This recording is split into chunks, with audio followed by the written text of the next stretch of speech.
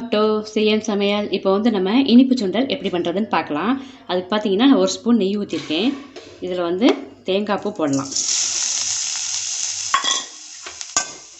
நீங்கள் வந்து தேங்காய் பூ வந்து பிடிக்கும், ஃப்ளேவர் பிடிக்கும் அப்படின்னா நல்லா சேர்த்துக்கிறங்க. இதை நல்லா நெய்யில் வாசம் வர்ற அளவுக்கு இந்த மாதிரி வதக்கிக்கிறங்க. வறுக்க வேண்டாம், வதக்குனா போதும். இப்போ அதில் நம்ம எடுத்து வச்சுருக்கிறேன். நம்ம ஏற்கனவே நம்ம சேனலில் பார்த்தீங்கன்னா அந்த உப்பு சுண்டல் வந்து போட்டிருப்போம் நம்ம மசாலா. அதே தான் கடலைப்பருப்பு, பாசிப்பயிறு, அவல் இதை வந்து நான் போட்டிருக்கேன். அதே இதில் இனிப்பு. இதில் நீங்கள் தாராளமாக வந்து இதில் வந்து வெல்லம் போட்டுக்கலாம், இல்லை சர்க்கரை போட்டுக்கலாம், எது வேணாலும் போட்டுக்கலாம். உங்களுக்கு எது பிடிக்குமோ அது வந்து நீங்கள் தாராளமாக சேர்க்கலாம். நாட்டு சர்க்கரை கூட இதில் சேர்த்துக்கலாம். நான் இன்றைக்கி ஆனால் சீனி தான் போடுறேன். சீனி பார்த்தீங்கன்னா நமக்கு வந்து எவ்வளோ டேஸ்ட், அதாவது வாயில் நம்ம சாமி கும்பிட்ற வரைக்கும் வந்து சாப்பிட்டு பார்க்க முடியாது இல்லைங்களா? அதனால் கம்மியாக போட்டுக்கிறங்க. அதுக்கப்புறம் கூட வேணும்னா இது பண்ணிக்கலாம்.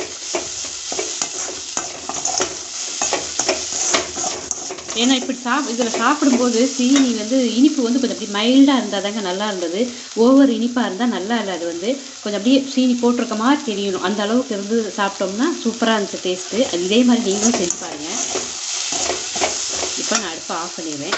இதில் பார்த்தீங்கன்னா நான் நெய் தான் ஊற்றிருக்கேன். நெய் ஊற்றி தாளிக்கும் போது நல்லா இருந்தது. இதே மாதிரி நீங்கள் செஞ்சு பாருங்கள். அது ரொம்பலாம் இல்லைங்க, சும்மா 1 ஸ்பூன் தானே ஊற்றுறோம். 1 ஸ்பூன் இல்லை, ஒரு 1/2 ஸ்பூன் கூட நீங்கள் ஊற்றிக்கலாம் தாராளமாக.